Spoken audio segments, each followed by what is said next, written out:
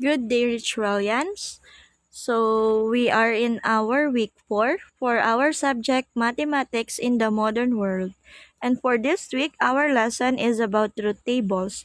So, in creating a truth table, we need to recall our lesson last time, which is about the connective and their symbols. Okay, as we can see here, ito na yung ating table, which is na-discuss ko na last time. So, kapag nakita nyo dapat yung mga symbol na to, automatic malalagay na sa isip nyo kung ano yung connective na nire-represent nila. Kasi ito ay gagamitin natin sa lesson natin, which is truth table. So, si and or si conjunction, so ganyan yung symbol niya. Si or naman, yung parang small letter V is for disjunction. Yung negation is the opposite or that it means not. And then conditionals for if and then. And then for if and only if is our biconditional or yung arrow na nakaturo sa right and left, arrow na kabilaan. Okay, let's start. In our truth table, kapag may nakita kayong symbol ng negation, ibig sabihin lang niya ay opposite nun or kabaliktaran. So, ibig sabihin, kung ang statement natin or proposition natin ay true, ang kabaliktaran niya or negation niya dapat ay false. At kung ang proposition natin ay false, ang opposite niya or negation niya ay true. So, sa table na nakikita nyo, kung gagawa natin ng table CV negation of P, kung ang P natin ay true, ibig sabihin ang negation of P ay F. And then, if si P natin ay false, ang negation niya or opposite niya ay true. Okay, that's simple as that lang. So, again, kapag negation, yung kabaliktaran. Next is the conjunction. For conjunction, ito yung makikita niyong symbol which is ibig sabihin and. So, paano daw natin kukunin si P and Q? Okay, tandaan, yung P natin or P and Q natin, always fixed na siya na ganito yung pagkakasunod-sunod natin. Kasi ito lahat ng possible na outcome. Pwedeng si P ay true, si Q ay true. Pwede namang si P ay true, si Q naman ay magfo-false. Or si P ay false, si Q naman ay true. Or pareho silang false. Tandaan, yung two rows na yan for P and Q, fixed na siya dyan.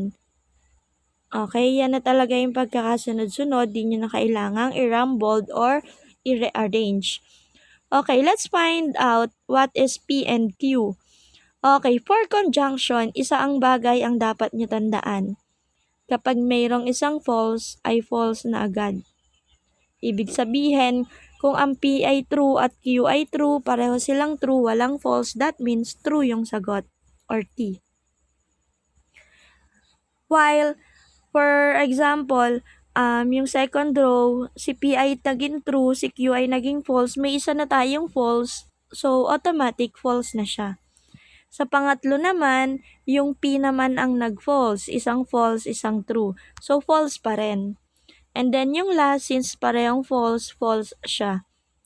Okay, conjunction or yung end symbol natin, tandaan pag may isang false, false na yung answer. Next is the disjunction. Gaya ng sabi ko kanina, yung P and Q ay fixed na dyan. So, kailangan daw nating isolve what is P or Q.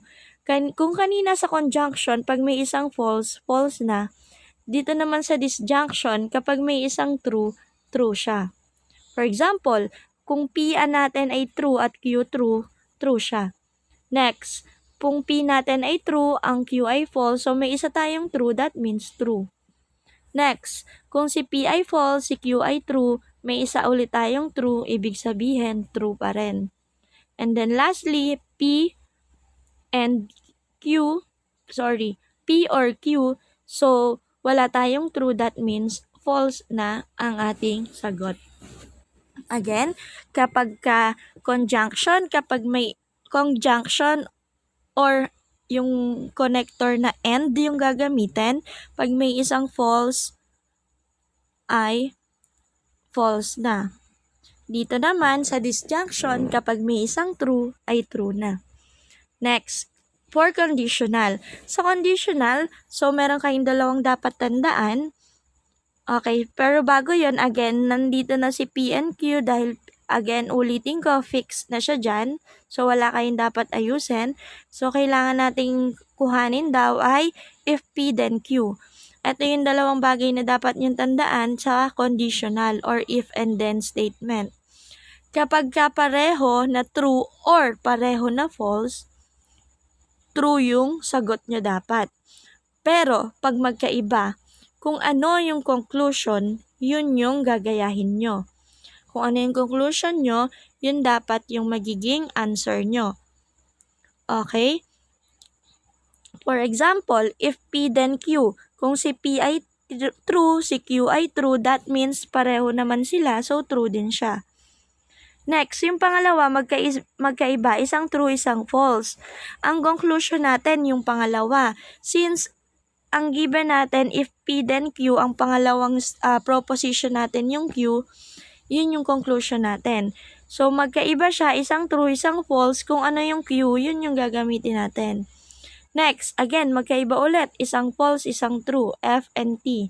Again, kung ano yung nasa Q, yun yung kokopyahin nyo, so true ang ating answer. And then last, since meron tayong dalawang false, magkamuka, at conditional to, ibig sabihin true. Okay, next is the biconditional. Sa biconditional naman, or if and P, if and only if Q naman, kung babasahin natin, ang dapat nyo naman tandaan, kapag magkamukha ay true. Kapag magkaiba ay false. So, yung una, kung ang P ay true, ang Q ay true, same sila, so true. Yung pangalawa, magkaiba, so false. Yung pangatlo, isang false, isang true, and then false siya.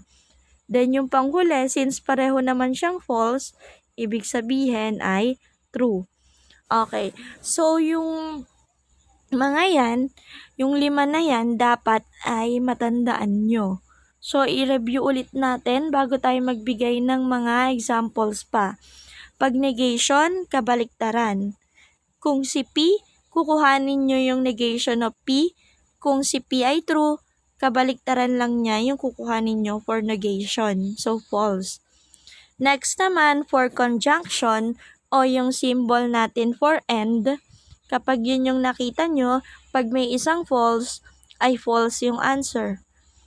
Okay? Kapag disjunction naman o yung or na connector, kapag may isang true, ay true na agad.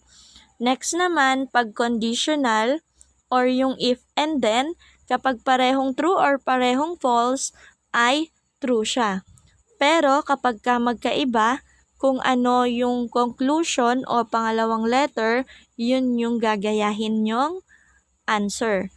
Next, or last is the biconditional, wherein yung if, P, if, and only if Q natin. So, ibig sabihin naman, kapag parehong true or parehong false ay true. Pero pag magkaiba, automatic false na siya. Okay, let's do more examples. Let's construct a truth table for negation of P and Q. Okay, para tayo nagsosolve lang ng mathematical equation. Kung ano yung nasa loob ng parenthesis, yun yung unang-una natin dapat isolve. Ang nasa parenthesis natin is P and Q. So, ang una, kailangan makagawa muna kayo ng truth table kung saan nakalista na yung fix natin na given na P and Q. And then, since ang nasa parenthesis natin ay P and Q, yun yung una natin kukuhanin. Magdadagdag kayo ng column, kuhanin nyo if yung P and Q. Ano ba yung sabi ko kanina? Kapag and yung pinag-uusapan, pag may isang false, false agad. Sa una, TT. So, T. Sa pangalawa, may isang false, so false agad. Sa pangatlo, F and T. So, false yung una, so false na agad. Then, yung panghuli, since parehong false, may dalawang false, false na ulit siya. And then next, kung mapapansin nyo, outside the parenthesis may negation. Ibig sabihin, kailangan nyo lang kunin yung kabaliktaran ni P and Q. Okay, madali na to. Nakuha nyo na kanina si P and Q. So, kuhanin nyo lang daw yung negation niya. Ano ba yung negation? Yung opposite. So, ibig sabihin, kung si P and Q ay true, dapat ang negation niya or kabaliktaran ay false. Kung si P and Q ay false, magiging true. Kung si P and Q ay false, true ulit. And then last row, kung si P and Q ay false, ay true. Okay. So let's have example number 2. So let's construct a truth table for negation of P or negation of Q, and then naka-enclose siya sa negation. So again, kailangan muna nating unahin yung nasa loob ng parenthesis. Pero sa loob ng parenthesis, kung makikita nyo, meron tayong dalawang symbol, yung or and negation. So una, again, lagay natin yung fixed na value or truth table ng P and Q natin. So ito na siya. And then next, since yung nasa parenthesis natin, may isang negation yung letter, so unahin natin siyang kuhanin. Negation of Q, kabaliktaran daw ni Q. So kung si Q ay true, ang negation ay false. Kung si Q ay false, magiging true. Kung si true, magiging false. At kung false, magiging true. Okay, nakuha na natin si negation of Q. Ang sunod na natin ay si P or negation of Q. Ang rule natin, ayan, hinighlight ko na ng red. Ibig sabihin, si P or negation of Q, ang pagbabasihan nyo lang yung naka-highlight ng red. Yung value lang ni P at negation of Q. Since ang connector natin dito ay yung or, ibig sabihin pag may isang true ay true. So P ay true, ang negation of Q ay false. So may isang true na siya. Next, we have T and T. So, true. Next, F and F. So, walang true. So, false siya. Next, F and T. May isang T. So, true pa rin siya. Okay. Next. So, nakuha na natin yung nasa parenthesis. So, idamay na natin yung outside niya, which is negation ng nasa loob ng parenthesis natin. Na-solve na natin siya. Ito, yung naka-red kanina, na-compute na natin. So, kukuhanin daw natin yung negation nun for our final answer. Ano ang kabaliktaran ng true? False. Anong kabaliktaran ng true? False ulit. Anong kabaliktaran ni false? True. Anong kabaliktaran ni true? False. Okay. Next, for example number 3, we have Q or open and close parenthesis, negation of P and Q. So, dito, nasa parenthesis natin, uunahin natin yung may negation sa loob ng parenthesis, which is negation of P. Kuhanin lang natin ang negation of P natin, kabaliktaran ng P. Kung si P ay true, dapat ang negation ay false. So, sunod, T, so dapat F. Next, F, so gawing T. Next, F ulit, gawin ulit nating T. Okay, next step, combine natin yung nasa loob ng parenthesis. So, we have negation of P and Q. So, and na yung gagamitin natin or yung conjunction. So, pag end, kapag may isang false, automatic false na siya. So, ni-red highlights ko na ulit kasi yan yung kailangan natin ditong i-focus. Okay, kapag may isang false, false. TF, so automatic false. Next, FF, false and false. So, false. May isa na siyang false agad, dalawa. Next, true and true. So, walang false, so true siya. Next, false and true. May isang false, so false na agad siya. Next naman, yung nasa loob daw ng parenthesis natin or si Q. So, ni-red ko na ulit dito yung kailangan yung i-focus. So, si Q or yung nasa loob ng open and close parenthesis natin, na-solve na natin kanina. Yung eto din, hinighlight ko na din ng red para mas madali yung makita. So, ang ginamit na operation ay OR. So, pag OR, pag may isang true ay automatic true. Si Q ay true, yung nasa loob ng open and close ay false. So, automatic true siya. May isang true. Next, FF. So, walang true, that false. Next, TT. Okay, may true, so true. Next, FF ulit, so false na ulit siya. Okay, next example, number 4. Construct a truth table for negation of P or negation of Q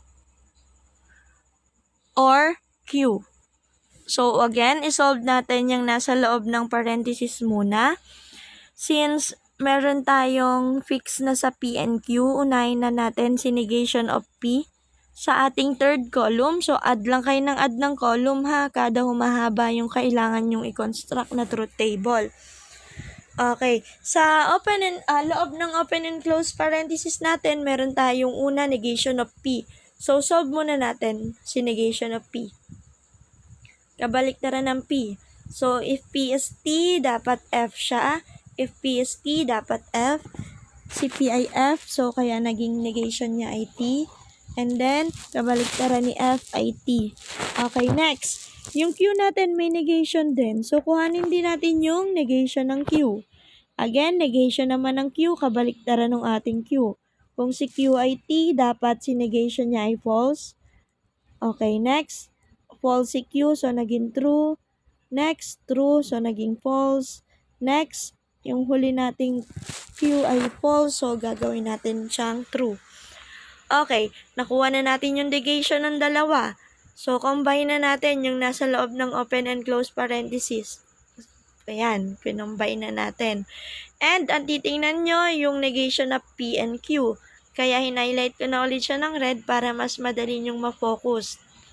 Okay, since ang connector na ginamit sa kanilang dalawa ay OR, ibig sabihin kapag may isang true ay true na agad.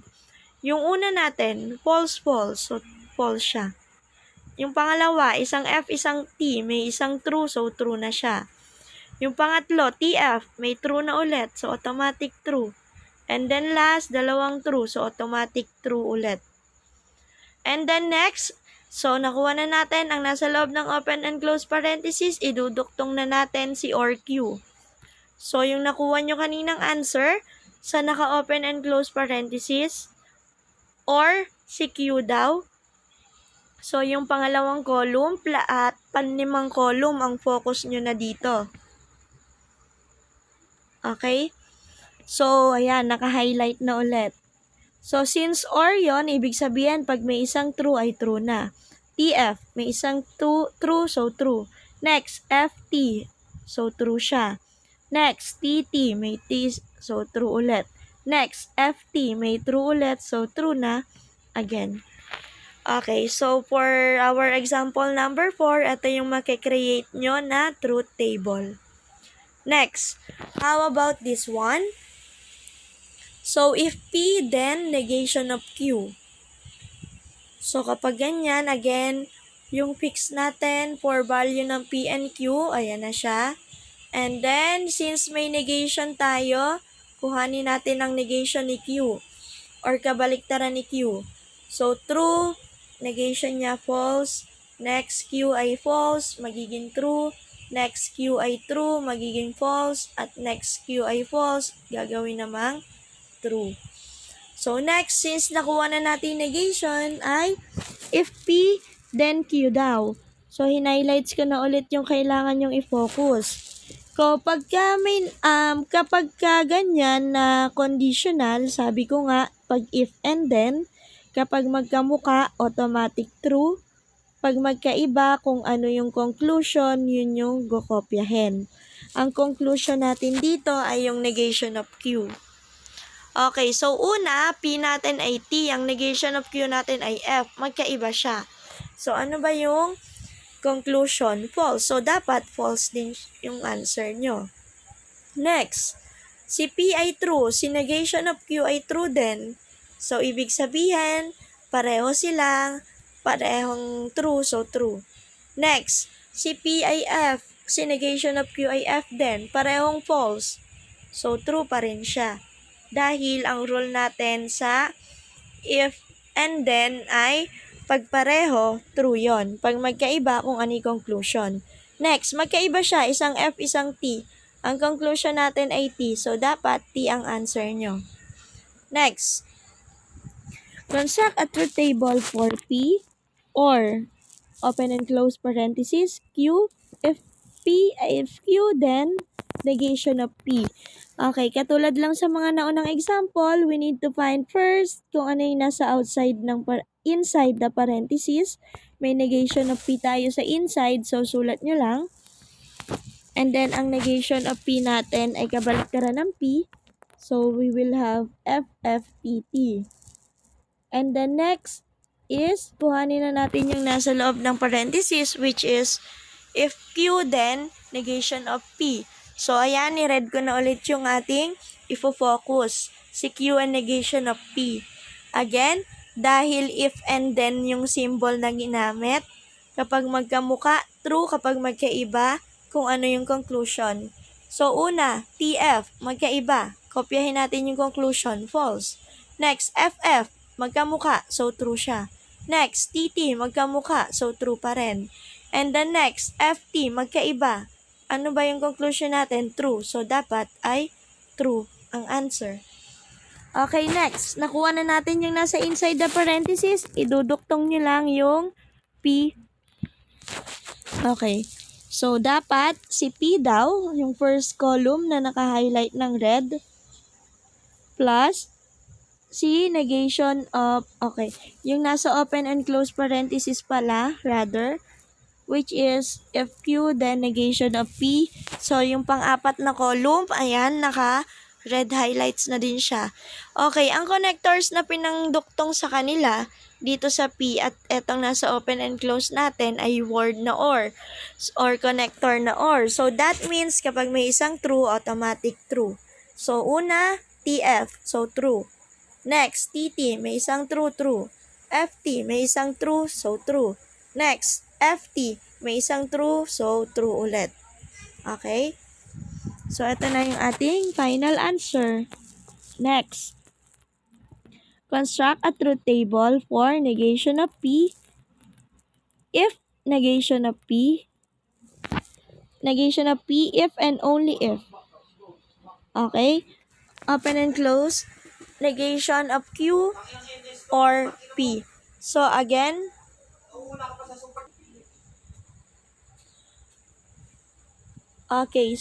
yung fix natin na table for P and Q, andyan na siya. And then, unahin natin yung nasa loob ng open and close. Meron tayong negation of Q, so solve muna natin si negation of, okay. So, pwedeng kuhanin nyo na din si negation of P. Lahat ng may negation, we have negation of P. Kabaliktaran ni P ay FFTT. Kabaliktaran ni Q ay FTFT. Okay. Madali na may negation. Basta kabaliktaran lang nung ating given. Next, nasa loob ng parenthesis ay negation of Q or P. So, ano ba si negation of Q or P? Ayan, highlights ko na ulit. So, again, since or yung connector natin, kapag may isang true, automatic true. So, una natin TF, may isang true, true. Next, TT, may isang true, true. Next, FF. Okay, walang true, so false. Next, FT, may isang true, so true. Okay, next, iduduktong na natin. Again, nakuha na natin yung nasa loob ng open and close, iduktong na natin. So, ito, highlights ko na din. Ang kailangan lang natin i-focus dito, si negation of P at yung nasa loob ng open and close parenthesis natin. Ang symbol na gagamitin natin ay if and only if. Sa if and only if, kapag magkamukha, true. Pag magkaiba, false. Yung una natin, FT. So, magkaiba, false siya. Next, FT ulit, magkaiba ulit, false ulit. Next, TF, magkaiba, so false. Next, TT, parehong true. So, ibig sabihin, true na siya.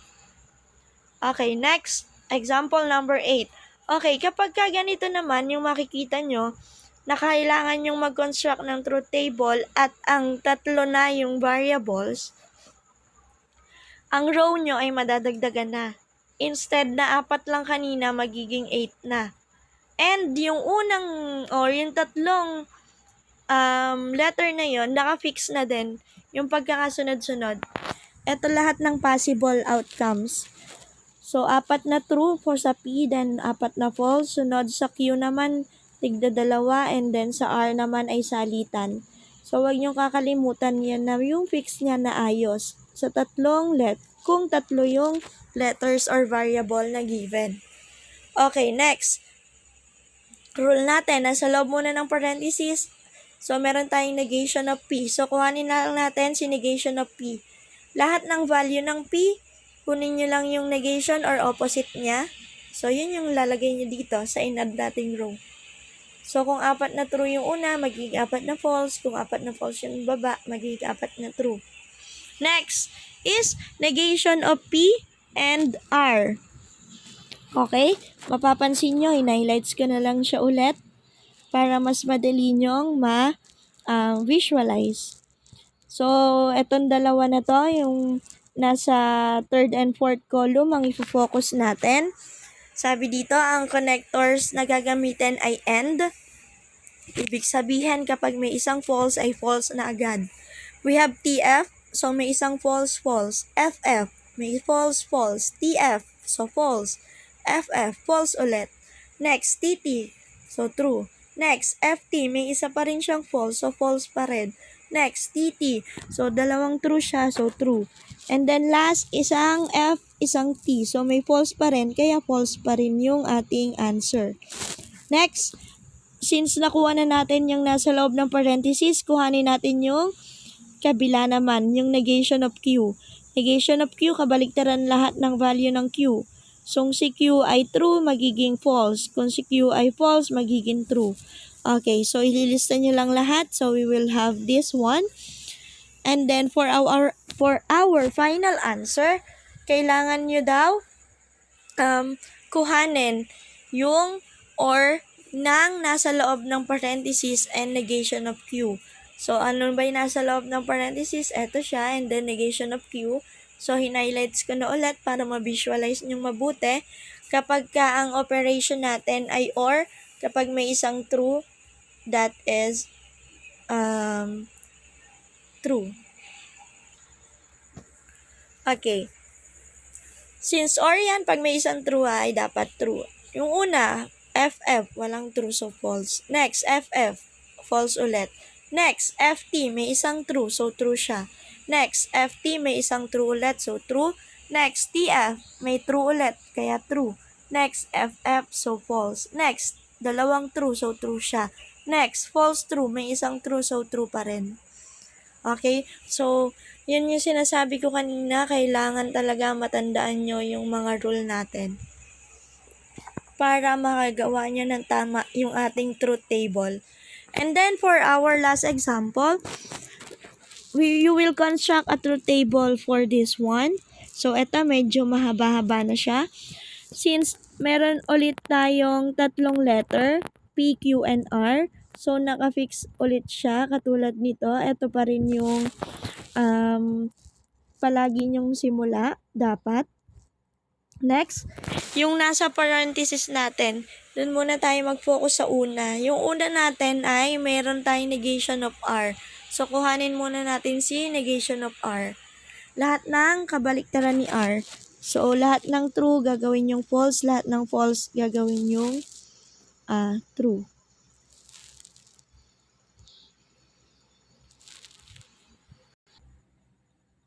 So, let's find the negation of R.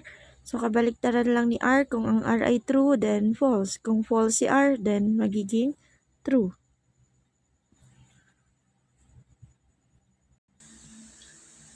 Okay, so kung ang R ay true, we have negation of R will become false.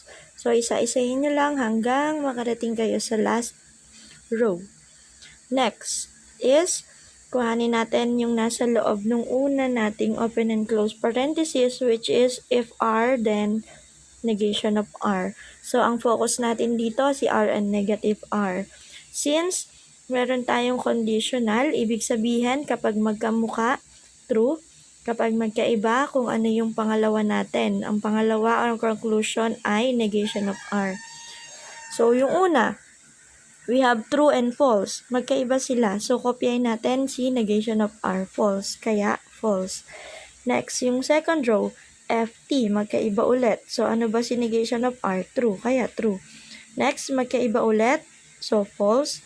Magkaiba ulit. Kung ano yung pangalawa. So, true. Okay. So, kung mapapansin nyo, lahat ay magkaiba. So, kapag ganyan, kopyahin nyo lang kung ano yung negation ng ating R. Next, eto naman, iduduktong nyo lang din, another column ay para naman sa susunod na open and close parenthesis, si negation of Q. So, negation of Q, lahat ng kabaliktaran ni Q, lahat ng true gawin yung false, lahat ng false kay Q gawin yung true. Then, ito yung makukuha nating answer. Next. Okay. Next naman, since meron na tayong, nasobra na agad. Pero ito na yung final answer. Pero dito pa rin tayo, di ba? Okay, negation of Q if and only if P. So, ang focus natin dito, ito, si P and si negation of Q. Kapag magkamuka, false. Pag magkamuka, true. Pag magkaiba, false. So, una, TF, false. TF, magkaiba, false. TT, parehong true. So, true. Next, parehong true, true pa rin. Parehong false, so true. Parehong false, true. Magkaiba, false. Magkaiba ulit, false. Next, combine. Okay, pag magko-combine, yung dalawa na to, pag pinag-combine na natin sila, so eto yon yung dalawang nasa loob ng open and close parenthesis natin. So, yung pang-5 at pang-7 column yon. And pinagduktong yung dalawang nasa open and close natin na connector natin na OR. So, ibig sabihin, if meron tayong isang true, ay true na siya. Okay? Again, yung pang-5, hindi ko na-highlights dito. Pasensya na. Basta yung pang-5 at pang-7 ang pagbabasihan natin. Pag may isang true, automatic true. Una, false, false. So, false. Next, TF. May isang T, so true. Next, FT. May isang T, so true. Next, TT, so true. FT, true. TT, true. FF, false. Dahil wala siyang T, false siya. And then next, TF, may isang true, so true. Therefore, ito na ang ating final answer. Again, if may question, chat lang sa akin. And I'll be sending your activity for this week. Thank you so much. Keep safe and God bless.